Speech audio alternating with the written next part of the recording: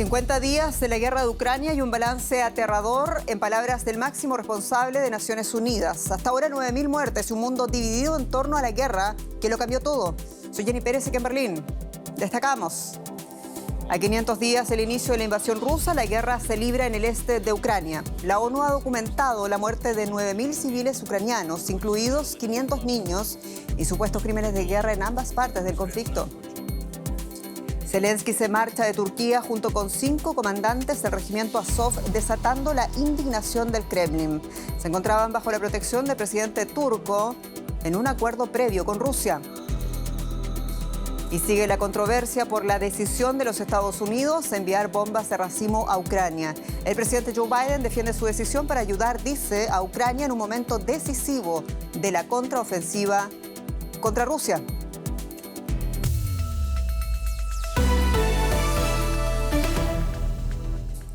El conflicto en Ucrania entró el sábado en su jornada número 500 desde la invasión rusa de febrero del año 2022. Una guerra que podría durar pese a la lenta contraofensiva en curso de Kiev, que reclama más armas. A principios de junio, el ejército ucraniano lanzaba una contraofensiva para tratar de reconquistar los territorios ocupados por Rusia en el este y el sur de Ucrania. Pero la tarea es difícil, con combates feroces y pérdidas significativas. Las fuerzas rusas oponen resistencia con sus poderosas defensas y Ucrania carece de municiones de aviación y de artillería, según Kiev. Desde el inicio de la guerra, la ONU ha documentado la muerte de 9.000 civiles, incluidos 500 niños, aunque se estima que la cifra podría ser mucho mayor. Y en medio de todo esto, el presidente de Ucrania, Volodymyr Zelensky, culminó su visita a Turquía. Regresa a Kiev junto con 5 comandantes que lideraron durante semanas la resistencia al asedio de las tropas rusas a la planta siderúrgica Azovstal de Mariupol. Esos 5 comandantes del regimiento Azov se encontraban en Turquía desde septiembre del año pasado bajo la protección del presidente Recep Tayyip Erdogan, quien medió, recordemos, para que fueran puestos en libertad en un intercambio de prisioneros con Rusia. Bueno, el Kremlin dice que el regreso a Ucrania de estos comandantes viola el acuerdo turco con Rusia. Unos pocos minutos para recordar a las víctimas de la guerra en Ucrania, pese a una ajetreada agenda. El presidente Zelensky se reunió este sábado en Estambul con el arzobispo de Constantinopla, el patriarca Bartolomé I, en el marco de su gira relámpago por los países de la OTAN. Turquía es uno de los países más relevantes para Volodymyr Zelensky. Es un mediador clave entre Rusia y Occidente y un negociador crucial para mantener el flujo de las exportaciones de grano de Ucrania. Zelensky también sabe que necesita la aprobación de Turquía para que Ucrania se convierta en miembro de la OTAN. Abordamos los aspectos clave de nuestra cooperación en el seno de la OTAN y en particular lo que se refiere a la planificación de la cumbre de Vilna. En nuestra conversación planteé la adhesión de Ucrania a la OTAN. Me alegró oír al presidente decir que Ucrania merece convertirse en miembro de la OTAN.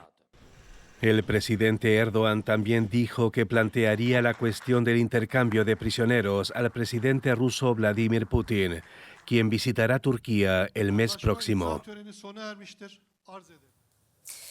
Rusia considera que el suministro de bombas de racimo por parte de los Estados Unidos a Ucrania es una clara muestra del agresivo curso antirruso, llamó, que está siguiendo Washington. Así lo expresó este día el portavoz del Ministerio de Relaciones Exteriores de Rusia.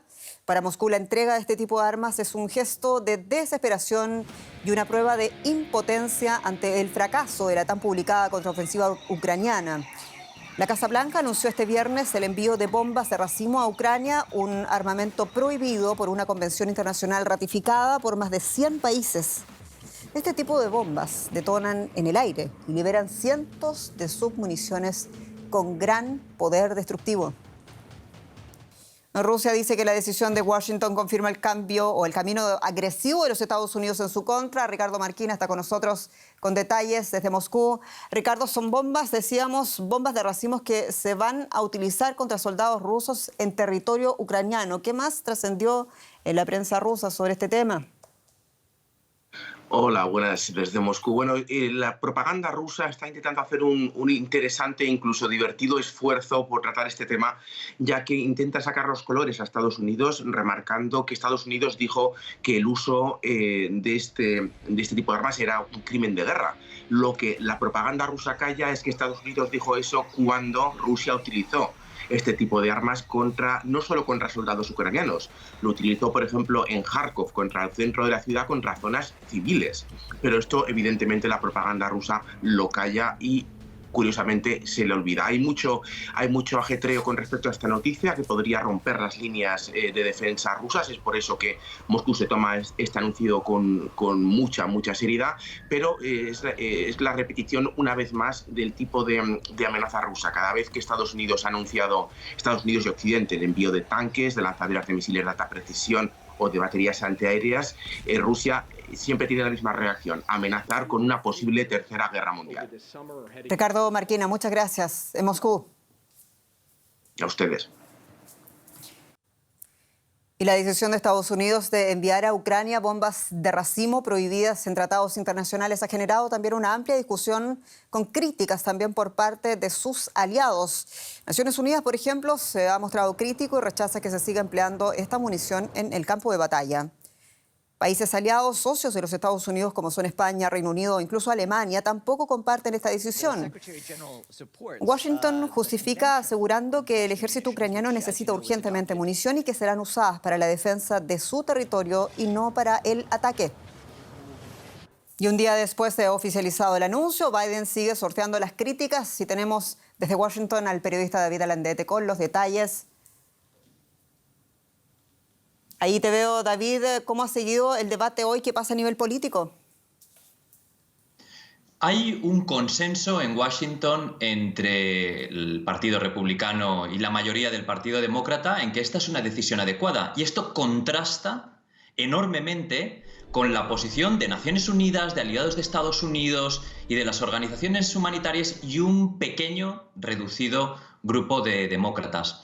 Lo cierto es que con el apoyo de los republicanos, con el apoyo expreso de la oposición, el presidente Biden ha sido capaz de saltarse las prohibiciones de Estados Unidos que tiene en pie por la ley de la defensa, que se renueva cada año, y ha sido capaz de enviar este tipo de municiones.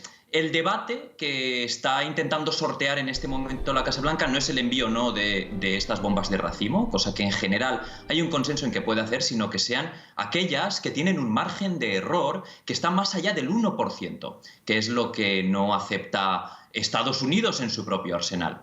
Tienen todavía bastantes bombas con este margen de error en sus reservas y por eso las van a destinar a Ucrania. Ahí lo que Biden ha dicho es que no queda otra opción a nivel interno, según publicaciones en la prensa, porque Rusia también los está utilizando. Lo cierto es que Estados Unidos tampoco despliega este tipo de armas en combate desde la invasión de Irak en 2003 y eso es un reflejo de lo nocivas que se consideran también dentro de un gobierno que ahora las está enviando a Europa. Y en otras noticias internacionales, el primer ministro de Países Bajos, Mark Rutte, dimitió este viernes tras el fracaso de su gobierno de coalición. Los 4 partidos del Ejecutivo de centro derecha no lograron alcanzar un acuerdo sobre migración, ese proyecto del primer ministro de restringir el número de reunificaciones familiares para los solicitantes de asilo. El conservador Rutte fue recibido este sábado por el rey Guillermo Alejandro, quien interrumpió sus vacaciones en el extranjero a causa de la crisis. Rutte es en el cargo del año 2010, es el líder que más tiempo ocupó esa función en Países Bajos y permanecerá en funciones hasta que se celebren nuevas elecciones, esto es a fines de este año. Y en Francia, miles de personas salieron a las calles en varias ciudades para protestar contra la violencia policial. Desafiaron una vez más la prohibición impuesta por las autoridades tras una reciente ola de violencia, de enfrentamientos en protestas similares. Los manifestantes demandan reformas policiales tras la muerte de un adolescente francés con raíces argelinas durante un control de tránsito. Las marchas también conmemoraron, como cada año, la muerte de Adama Traoré, un francés de 24 años con raíces en Malí, que murió bajo custodia policial en 2016. Las protestas estaban prohibidas, pero la policía permitió las marchas en las que se registraron algunos incidentes y detenciones.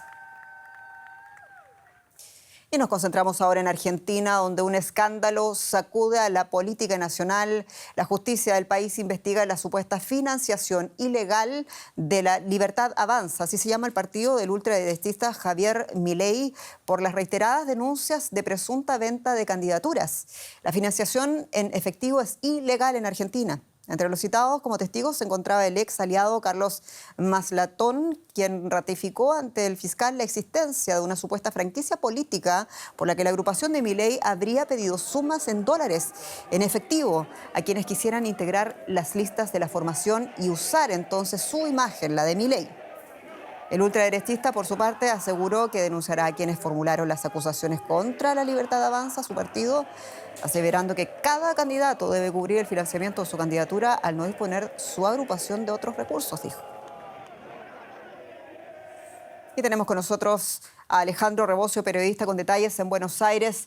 Alejandro, la prensa internacional habla de la venta de candidaturas, literalmente, y del consiguiente hundimiento de la imagen de Milei. ¿De qué proporciones es este escándalo en Argentina? Creo que tiene dos formas de analizarlo. Por un lado, es verdad que el escándalo ha tomado la agenda pública, que la justicia esté investigándolo, es todo un hecho. Además, Milei fue ascendiendo en la política con un discurso contra la casta política, en contra del peronismo y también de la oposición, de Juntos por el Cambio, del expresidente Mauricio Macri. De repente que aparezca este escándalo de su presunta venta de candidaturas a cambio de dinero en efectivo, no declarado, según este exaliado de Milei, Maslatón, dijo que era para financiar la vida personal de Milei, que a su vez renunció a los honorarios de diputado. Entonces es un escándalo que impacta, pero por otro lado los encuestadores señalan que entre los votantes de Milei este escándalo no está haciendo mella. Por un lado, porque a muchos de ellos ni siquiera se enteraron porque no son grandes consumidores de medios y de noticias, y por otro lado, porque a otros no les interesa este escándalo, no les parece relevante. ¿Quiénes son los votantes de Milei? Hay de todo. Hay jóvenes, porque ahora la rebeldía parece venir por derecha. Hay también fanáticos ultralibertarios que adhieren a esta ideología. Hay gente que vive en situación de pobreza en los barrios más pobres de Argentina y que apoyan a Milei, y por eso por ahora no caería en las encuestas. Lo que sí ha frenado el ascenso de Milei en las encuestas es que se consolidaran las candidaturas de tanto del peronismo en cabeza del ministro de Economía Sergio Massa y de Juntos por el Cambio, donde hay una primaria entre Patricia Bullrich y Horacio Rodríguez Larreta. Alejandro Rebocio, muchas gracias en Buenos Aires. Gracias a ustedes. Y más noticias internacionales a continuación. En México se han reportado 2 muertos por la explosión en una plataforma de extracción de gas de petróleos mexicanos, Pemex. Los hechos se produjeron en el litoral del estado de Campeche, Golfo de México. La intervención de 4 embarcaciones de bomberos y de equipos de rescate evitaron que el incendio se extendiera a otros módulos de la plataforma. Decenas de miles de israelíes protestaron una semana más y ya son 27 contra la reforma judicial del gobierno. El Parlamento ha empezado a debatir un proyecto de ley que restringiría los poderes del Tribunal Supremo y su independencia. La coalición gubernamental, la más conservadora de la historia de Israel, intenta impulsar la reforma unilateralmente tras no llegar a un acuerdo con la oposición. Rusia solicitó una nueva reunión del Consejo de Seguridad de la ONU el próximo 11 de julio para discutir las explosiones que tuvieron lugar en los gasoductos Nord Stream 1 y 2 en septiembre del año pasado. Rusia culpó a los países anglosajones, liderados por Estados Unidos, del sabotaje que califica de terrorismo internacional. El gasoducto ruso-alemán Nord Stream 2 nunca llegó a ponerse en funcionamiento.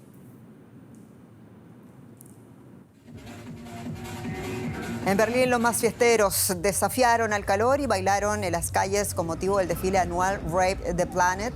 Unas 100.000 personas recorrieron el tramo entre la Puerta de Brandeburgo y la Columna de la Victoria a ritmo de techno para celebrar el amor y la paz a 33 grados de temperatura.